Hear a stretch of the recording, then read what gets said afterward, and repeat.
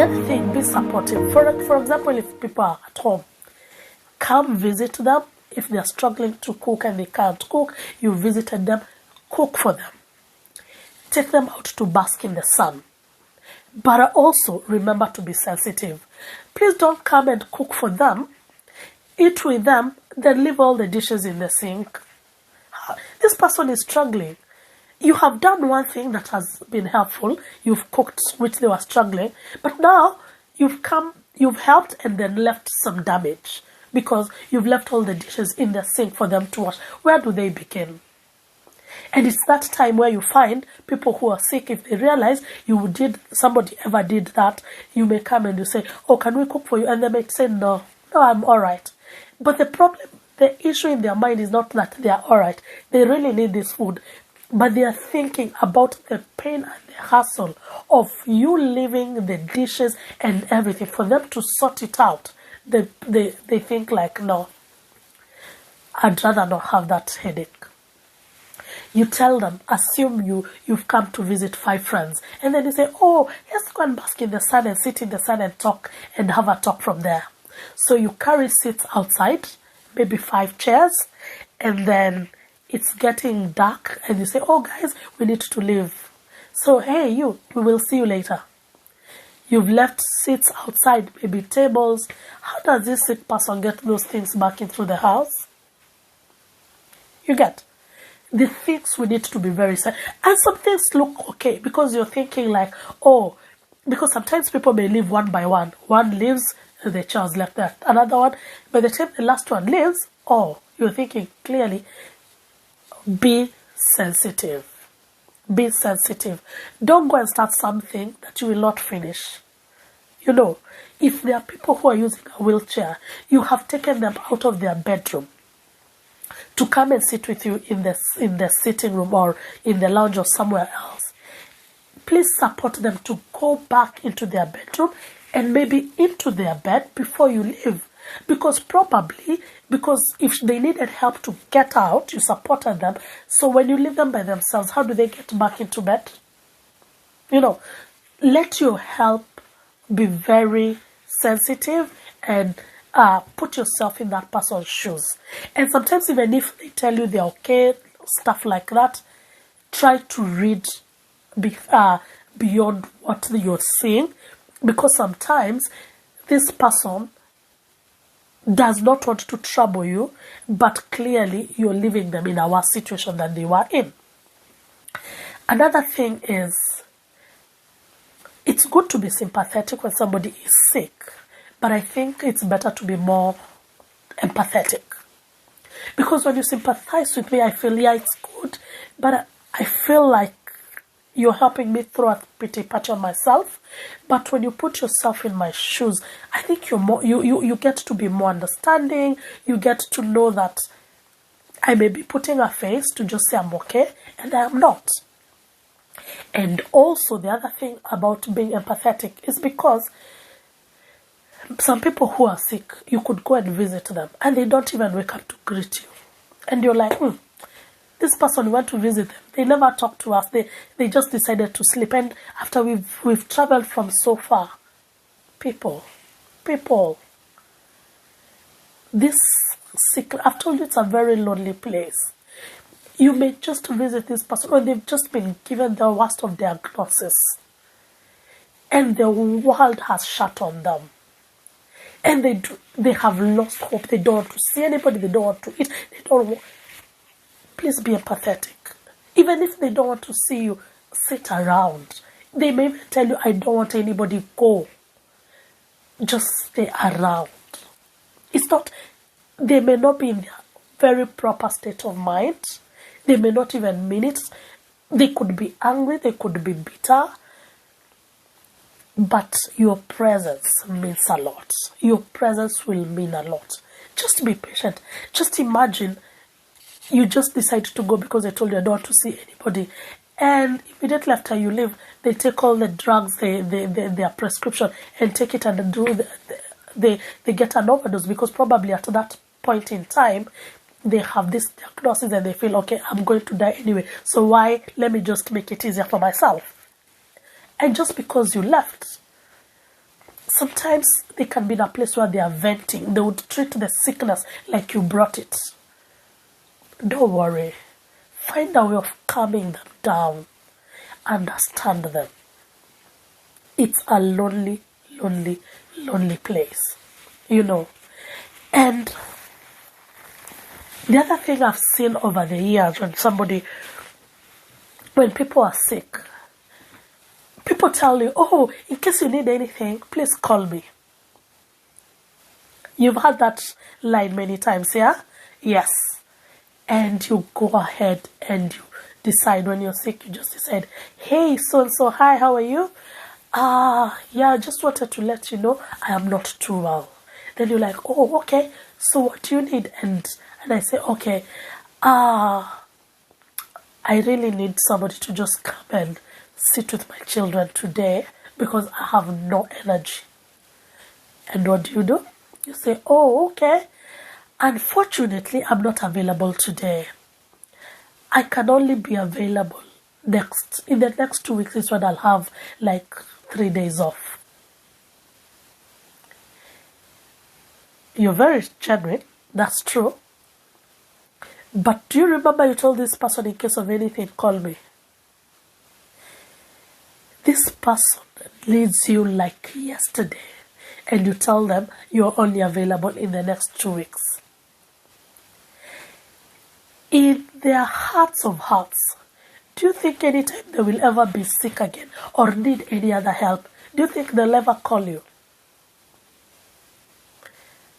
I bet you know the answer is no, yeah? Sometimes people get sick and they don't tell you. Have you ever questioned yourself why they don't? Probably they called you and you let them down.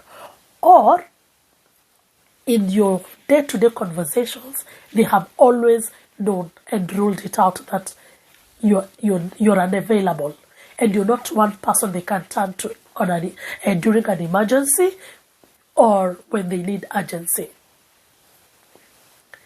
Sometimes it could be very sincere, you're not available at that time.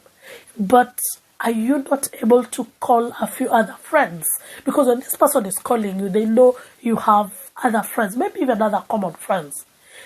Could you call them on their behalf and say, oh, so needs help and I'm not able to do it now. Are you able to, just make that effort to find out. Because sometimes people think when somebody is calling you, they just need you yourself. Sometimes whatever they need could be done or somebody else could help, but they need you to do that.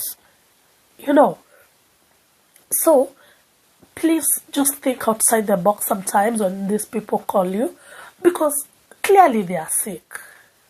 Clearly they are sick. What can they do? The other thing, and this is very important, I think this is very important, never underestimate any sickness. Never. Whether somebody is admitted in hospital, whether they call you and tell you they have a headache, never underestimate any sickness. I have lost a close relative to a headache.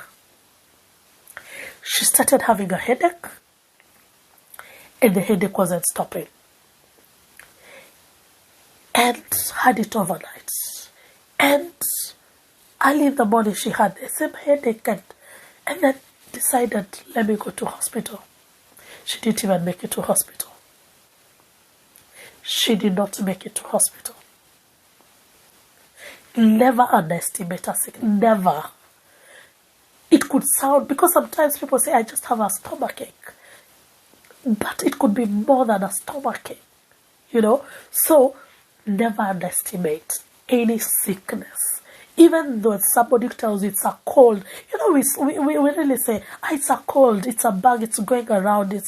Yes, you could think it's that bug going around, but you don't know what that something else could be masking in that bug. When somebody just tells you, I am not well, stay with them till you know.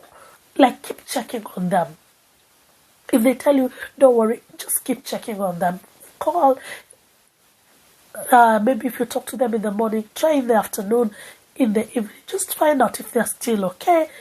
Yeah, because sometimes you don't even have to visit. You just need to just keep calling to find out.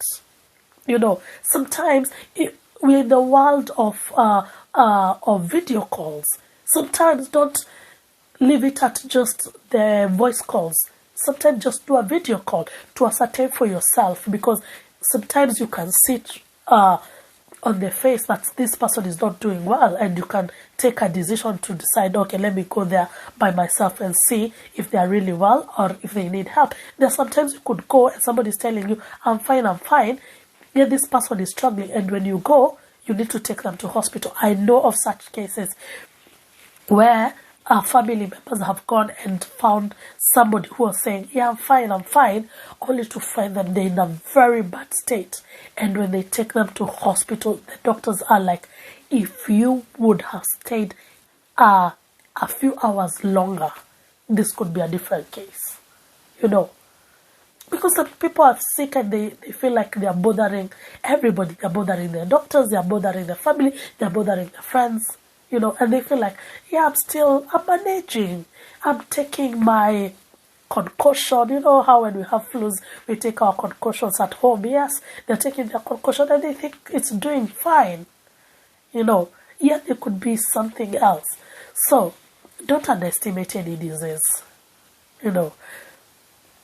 I think this video is becoming so long, but at least I believe I've been able to share some of these things that you need to help, that you can do, to support people who are not well. Don't put pressure on them to get well. Do you know sometimes people put pressure on you to get well because they're thinking like, oh, it's like I've visited you 2-3 times. You need to get well because I need to stop coming to see you when you're sick. Or that pressure of if you're working with them, or if they're running a business with you and you're thinking like, you know what, I've been holding the fort for you. You need to get well and come back to work. You need to get well and get on your business.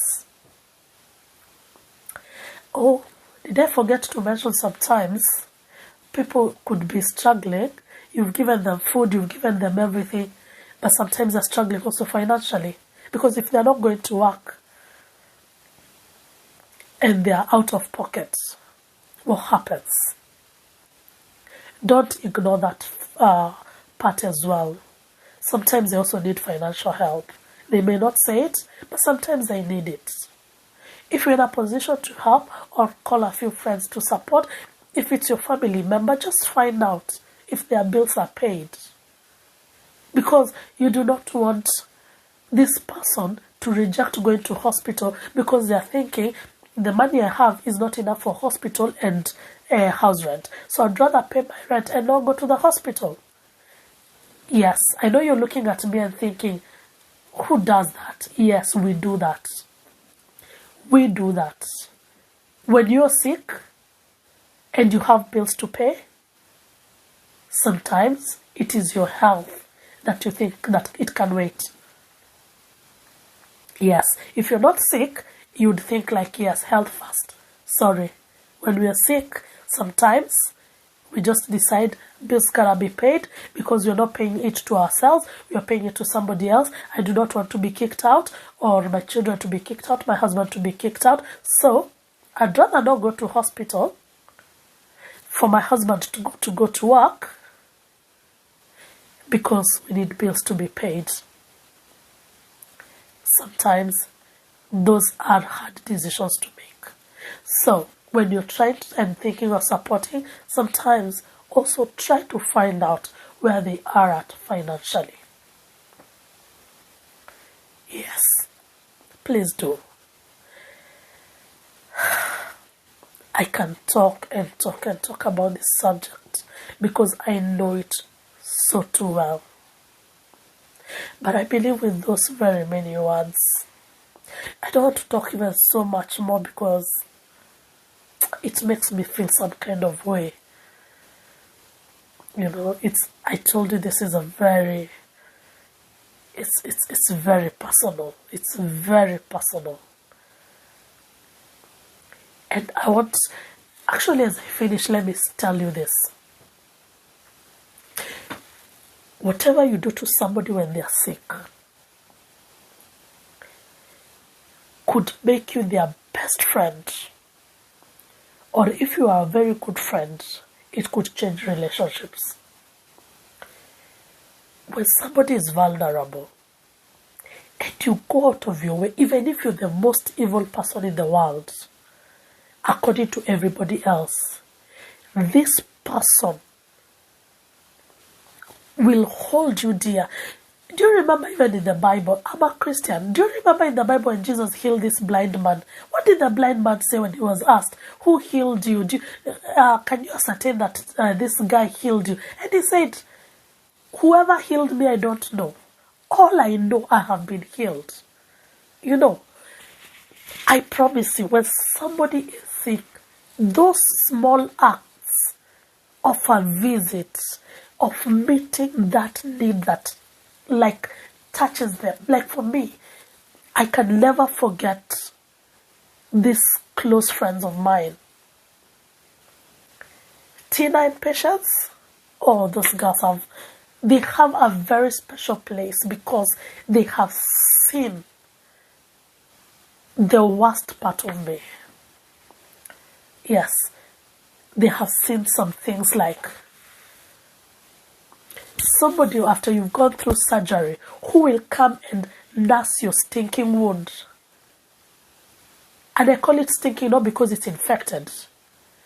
Because when you have a wound that has been bandaged and like there's a way when you come from surgery, there's a way you have some